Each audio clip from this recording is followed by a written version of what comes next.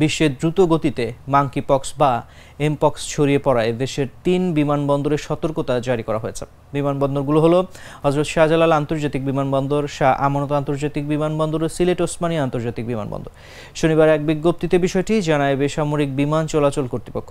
বিজ্ঞপ্তিতে জানানো হয়, বিশ্ব স্বাস্থ্য সংস্থার এমপক্স নিয়ে বৈশ্বিক জনস্বাস্থ্য সতর্কতার পরিপ্রেক্ষিতে শুক্রবার হযরত শাহজালাল আন্তর্জাতিক বিমানবন্দরে সিএএবি বিমানবন্দর কর্তৃপক্ষ, এয়ারলাইন্স রোগ নিয়ন্ত্রণ কেন্দ্র এবং বিমানবন্দর স্বাস্থ্য বিভাগের সহযোগিতায় একটি বৈঠক অনুষ্ঠিত হয়।